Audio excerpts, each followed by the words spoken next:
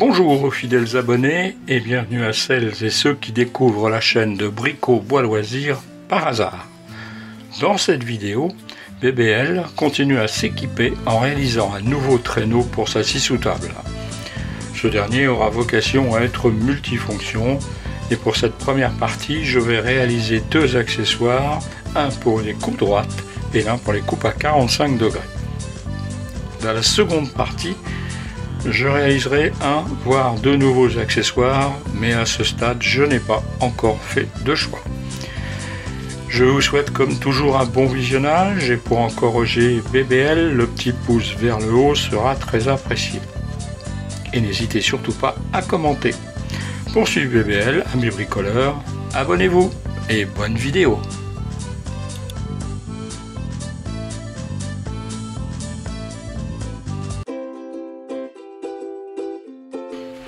Voilà donc l'ancêtre, celui qui est arrivé en même temps que le scie sous table, il a bien vécu, alors passons à autre chose. Voici donc la plaque choisie du CTP de boulot de 9 mm, ça devrait suffire. J'ai au préalable découpé deux bandelettes de bois dans du chêne, de façon à faire de bonnes glissières, de bonne qualité surtout. Ouais, il me restera à donner un petit coup de papier de verre sur ces dernières pour qu'elles glissent au mieux. Alors j'ai choisi pour la partie avant du valchromate de 19 mm de chute que j'ai récupéré sur un chantier d'aménagement de magasin. Alors pourquoi du valchromate? Parce que j'ai trouvé ça sympathique, une partie en clair à l'arrière et une partie en foncé à l'avant. Alors j'ai plusieurs possibilités, j'ai réfléchi à poser un rail tétrac puisqu'il m'en reste un, mais vous verrez au fil de la vidéo que j'ai fait un autre choix.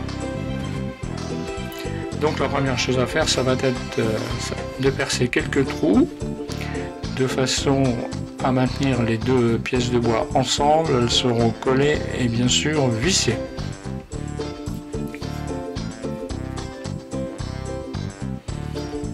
Alors, je vous présente la nouvelle venue dans l'atelier, l'équerre Wolfcraft. Je ne sais pas si je l'ai bien prononcé. Voilà, très pratique avec beaucoup de possibilités.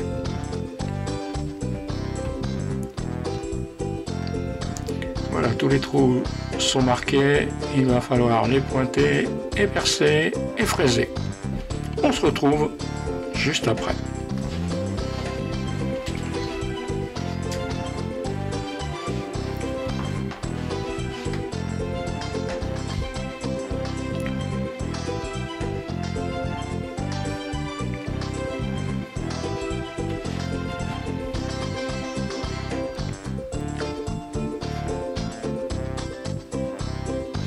Voilà, j'ai posé des pièces martyres juste en dessous, surtout pour éviter d'éclater le bois sur la partie arrière.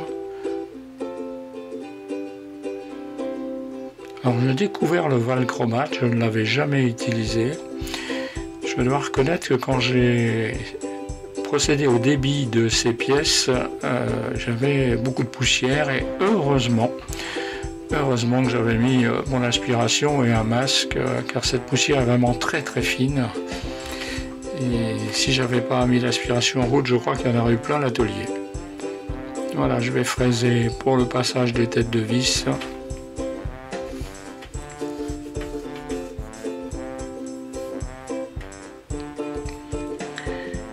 Le bidon de colle est arrivé.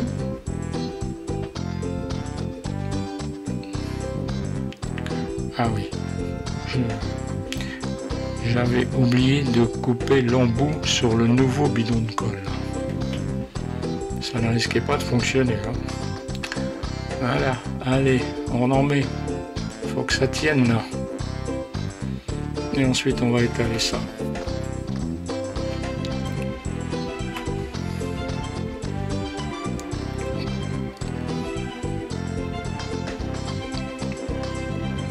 Ah, quel plaisir de mettre de la colle. Surtout de ne pas s'en mettre sur les doigts.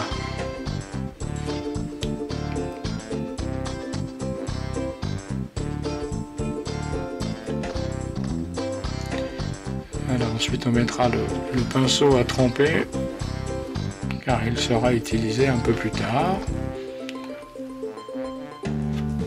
Allez, hop, on continue. On va donc placer les deux parties face à face.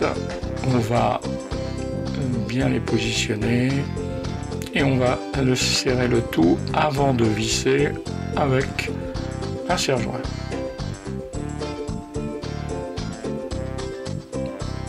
Voilà, on va bien mettre ça comme il faut.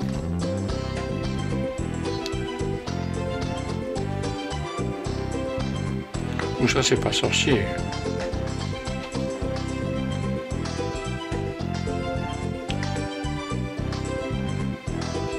Voilà, on va serrer pour que la colle déborde, c'est bon signe. J'ai remis deux serre-joints sur la partie centrale comme vous pouvez le constater et je visse. C'est parti pour une longue série. Tiens, au passage, j'en profite pour vous dire que j'ai trouvé cette petite musique assez sympathique que j'utilise depuis un certain temps sur mes vidéos. Dites-moi ce que vous en pensez, ça provient d'un site libre de droit. C'est agréable. Ça met un petit peu d'ambiance. Davis, toujours Davis. Allez, je vous ai épargné la fin. On va, pendant que la partie avant sèche, on va procéder à la partie arrière. On va percer, pré-percer. On va aussi fraiser et ensuite, eh bien, on fera comme pour la partie avant. Voilà, un petit coup de pointeau en ayant bien pris la précaution de ne pas se mettre dans l'axe de la lame. Car je ne pense pas que la lame de scie de BBL toute neuve apprécierait.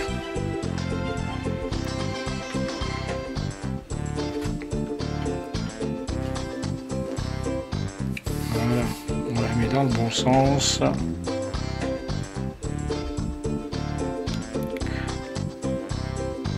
Alors vous avez vu, elle est un petit peu voilée sur un côté ce panneau, mais avec le serrage, elle va reprendre sa forme. Voilà, je termine les perçages.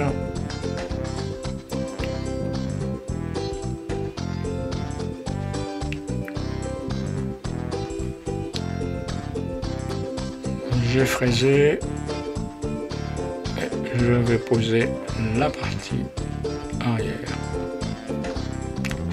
Oui, BBL ne va pas coller, je vais uniquement visser. Ce qui me permettra, si des fois je veux apporter une modification, à pouvoir retirer cette partie arrière. Alors tout à l'heure, je vous parlais de 10 mm, je crois. Là, on est sur du contreplaqué de 9 mm.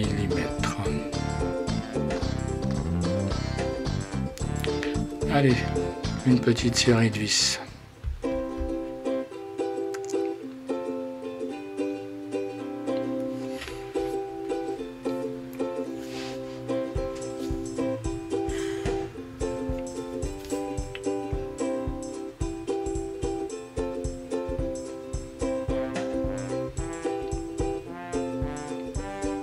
Alors pourquoi un nouveau traîneau, me direz-vous? Eh bien tout simplement parce que l'ancien, d'une part, n'est plus vraiment au top, mais j'ai de nombreuses réalisations en vue et j'ai besoin d'avoir des outils de précision et notamment un traîneau avec des accessoires.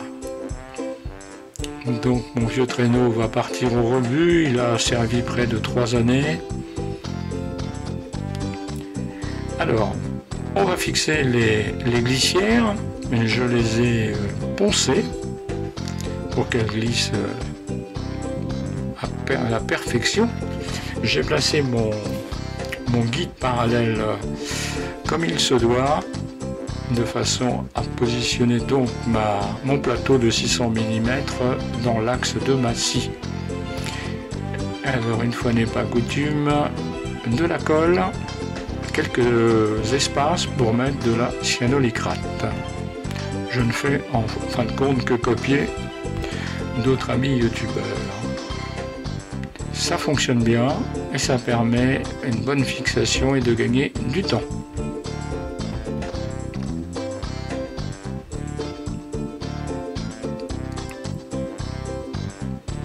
Voilà quelques gouttes par-ci par-là.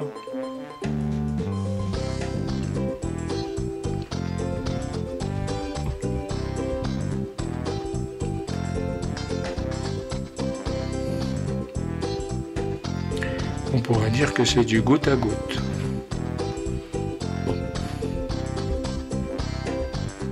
Mais c'est efficace.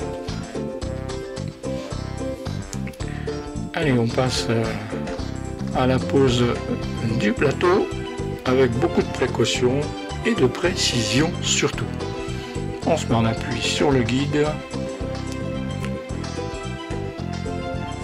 Et voilà, le tour est joué. Il suffit d'exercer une bonne pression sur le plateau.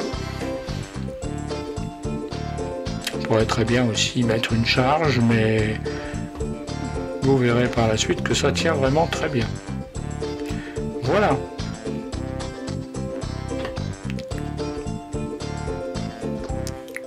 Les 80 kg tout mouillés de BBL ont fait l'affaire. Alors, je vais faire un petit essai. Oh, je ne suis pas dans le bon sens, à vrai dire. Voilà, ça frotte encore un petit peu, donc il va falloir, à mon humble avis, après retournement, donner quelques petits coups de papier de verre. Voilà. Bon, ça ne glisse pas vraiment mieux, vous voyez, ça bloque un petit peu. On va retirer le guide parallèle qui gêne. Donc, un petit coup de ponçage pour arrondir un petit peu les angles encore. Et puis, très certainement de la paraffine. Étape suivante, je perce le plateau du côté de la barre avant, la barre qui permet de pousser. Voilà, je pré-perce tout, je vais aussi fraiser par le dessous et procéder, comme pour la partie avant, à la fixation. Alors vous ne verrez pas toute la partie réglage et équerrage, je l'ai fait hors caméra, mais vous verrez le résultat une fois cette pièce posée. J'ai procédé comme beaucoup de youtubeurs et le résultat est assez surprenant. Vous allez voir ça de très près au moyen de l'équerre. Voilà, regardez la lame de scie. J'appuie bien sûr pas sur les petites pastilles de carbure, mais c'est parfait. Et bien, elle est content de lui. Voilà donc où on en est et on passe maintenant à la réalisation des accessoires. Le premier, il s'agit du guide pour couper droit à 90 degrés avec ses petits renforts de chaque côté. Donc là encore, vissage, collage. Alors comme je n'ai pas encore décidé si je posais un rail tétrac, j'ai quand même préparé les pièces, mais vous verrez par la suite que cette option va être abandonnée. Donc je passe à la partie pièces accessoires d'angle. Bon, toutes les coupes ont été faites hors caméra. Regardez le résultat par vous-même, 44,8 degrés, c'est l'angle de la pièce que j'ai découpée. Donc là on est vraiment précis et vous le verrez dans les petites parties avant la fin de la vidéo où vous voyez des coupes. Donc c'est toujours la même chose, je visse, je colle.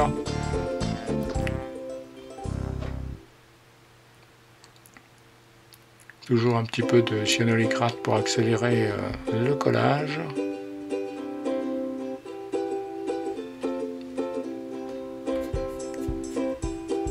Alors j'ai plusieurs chantiers et d'ailleurs un chantier sur la table de ma défonceuse. J'avais récupéré le plateau lorsque j'ai fait mon meuble, mais je vais très bientôt le retirer, le modifier, acheter une plaque d'insertion de façon à positionner ma défonceuse en toute sécurité. Ce que j'ai fait aujourd'hui fonctionne, mais voilà, ça ne me convient pas, donc là aussi c'est un futur chantier.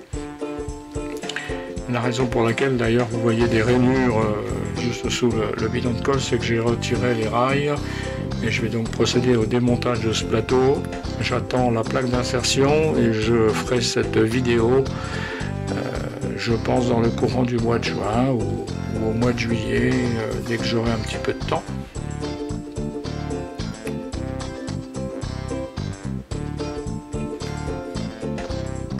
C'est vrai qu'au fil du temps, BBL s'est amélioré, il essaye de faire des choses pratiques, sécurisées. Lorsqu'on est dans son atelier, il faut toujours faire attention, surtout avec ces outils qui tournent vite. Et qu'ici, il le pouvait, vous mangerez très vite la main. Donc je vais passer au vissage de la partie que vous avez vue tout à l'heure. C'est donc, on la coupe à 90 degrés. Je préperce pour éviter, comme je l'ai fait d'ailleurs pour les autres pièces, pour éviter d'éclater le contreplaqué qui est en dessous.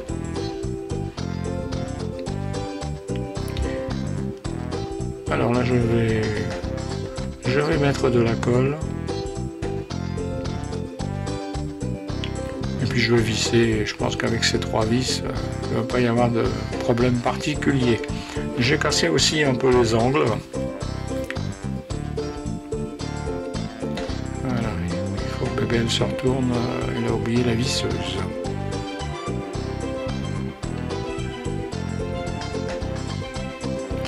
Alors c'est vrai que cette vidéo est peut-être un petit peu longue, mais rien ne vous empêche d'accélérer.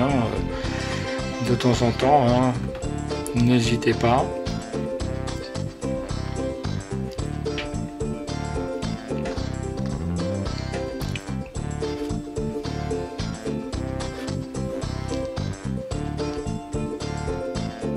Alors j'ai choisi du contreplaqué 18 mm car il me semble que c'est quand même relativement très rigide et ça devrait durer dans le temps. Voilà, on retire les petites étiquettes, on va retirer les petits surplus de colle, d'ailleurs il y en a sur le doigt BBL, et on va coller les petits renforts.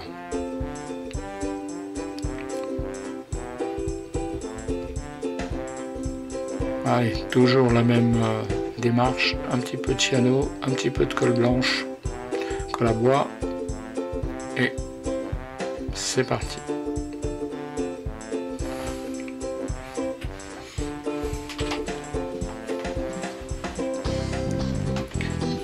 Je profite de ce petit moment pour vous remercier, vous les nombreux youtubeurs qui ont rejoint en tant qu'abonnés.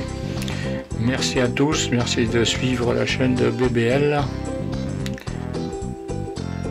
Et puis merci aussi à ceux qui mettent des commentaires, toujours très positifs et surtout avec de bonnes idées comme frère Alain qui m'a suggéré pour ma dernière réalisation d'utiliser de la cire ou du vernis. C'est toujours très sympa d'avoir des avis. C'est le gros intérêt du partage sur une chaîne YouTube.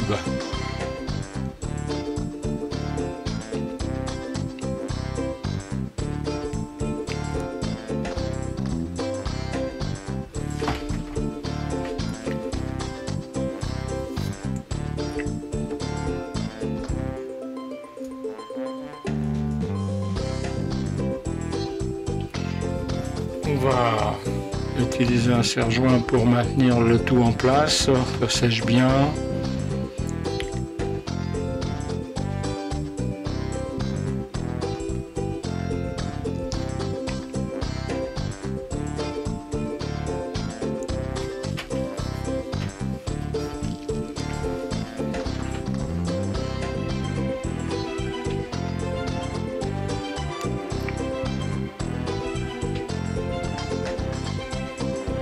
Alors c'est sec, On va faire un petit essai. On va donc mettre, voilà. Et puis on va couper une pièce de bois. J'ai réglé sur, je crois, 50 mm. Si ma mémoire est bonne. On va faire deux petites coupes. Alors là, BBL utilise ce qu'il a trouvé sous la main. Le poussoir aurait très certainement été mieux. D'ailleurs, il va falloir que je réalise un petit poussoir avec ce traîneau, spécifiquement pour les petites pièces. Voilà. Alors, le constat. Le constat, c'est parfait. Regardez ça. Oh là là. Bon. Quel plaisir de travailler avec ce nouvel outil. Et cette fois-ci, on va donc faire une coupe d'angle. Même procédé. Voilà. Coupe à 45 degrés. Une coupe que l'on fait relativement souvent. Alors j'ai réfléchi à mettre une petite sauterelle. Vous savez, ces petites pinces qui permettent de caler une pièce. Je pense que j'ai la place pour mettre ce genre de petit outil. Je vais voir s'il m'en reste dans mes caisses de quincaillerie et je pense que je réaliserai cette petite manœuvre de mettre cette petite pince qui tiendra la pièce et qui évite évidemment de mettre ses doigts. Voilà ce que ça donne. C'est quand même bien sympathique. Et c'est d'équerre. Regardez. Rien à voir avec la précision de la boîte à ongler, qui a toujours tendance un petit peu à déraper. Voilà. Satisfait du premier résultat. Et on peut désormais envisager de bonnes réalisations. Alors je vais procéder maintenant à la réalisation de la petite pièce qui est à l'arrière du traîneau, celle qui évite que la lame de scie apparaisse derrière et vous blesse. Donc rien de bien sorcier. Je vous laisse regarder ça bien tranquillement. Et je vais me boire un petit café.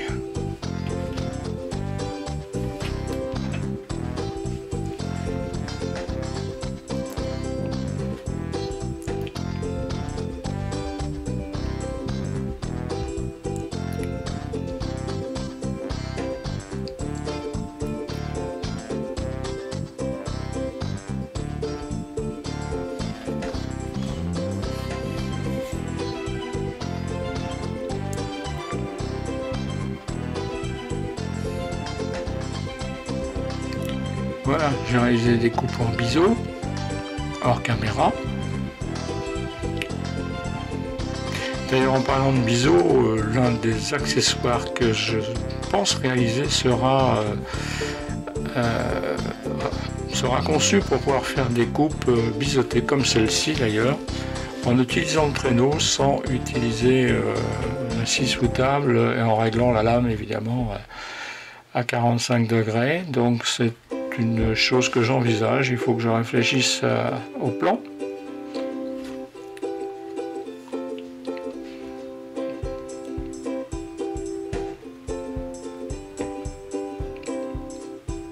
Voilà, perçage, vissage, collage. Les bonnes vieilles habitudes du bricoleur. Alors c'est une partie importante que l'on met à l'arrière et ça évite de gros accidents en général.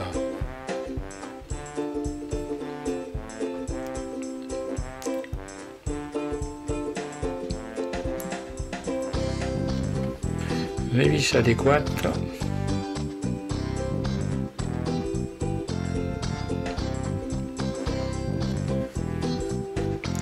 Alors si l'on doit parler de coût de cette réalisation, je ne l'ai pas vraiment chiffré. Le valchromate c'est de la récupération, le contreplaqué c'est de la récupération, donc j'essaierai de faire le point dans la description de la vidéo. Alors vous pouvez découvrir quelque chose. Vous avez dû avoir l'œil et le voir. Vous avez vu que sur le dessus du valchromate, j'ai décidé de mettre une bande de contreplaqué. Je ne mettrai pas de rail tétrac. J'utiliserai des pinces ou serre-joints. Voilà, j'ai décidé de faire comme ça, en avançant au fil de l'eau. D'une part parce que j'ai trouvé que cette petite lame de bois que j'ai retaillée, mais quand je l'avais présentée, elle faisait vraiment sympathique dessus. C'est un outil avant tout, mais la partie aspect décoratif a aussi son importance. Donc voilà, je ne mettrai pas donc de rail tétrac, j'utiliserai avec, comme je vous l'ai dit, avec une pince. C'est un choix. Est-il le bon? À vous de me le dire dans les commentaires, pourquoi pas.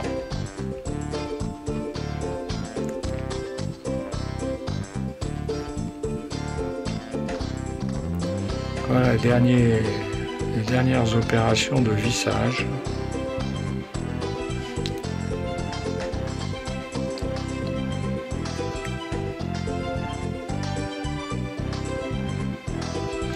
On essaye de maintenir la pièce avec le plus de précision possible, ce qui n'est pas évident. Je pense que l'utilisation d'un serre-joint aurait été sûrement plus intéressant pour ce. Mais bon, c'est l'apprentissage du bricolage. Voilà, on a juste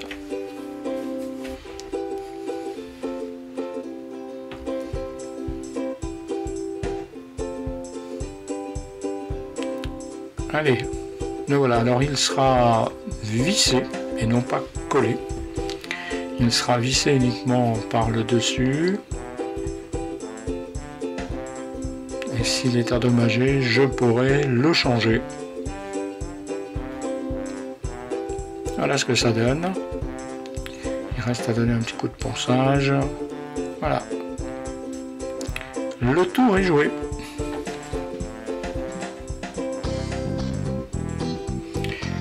Et l'opération, on va dire finale, c'est donc le petit coup de ponçage.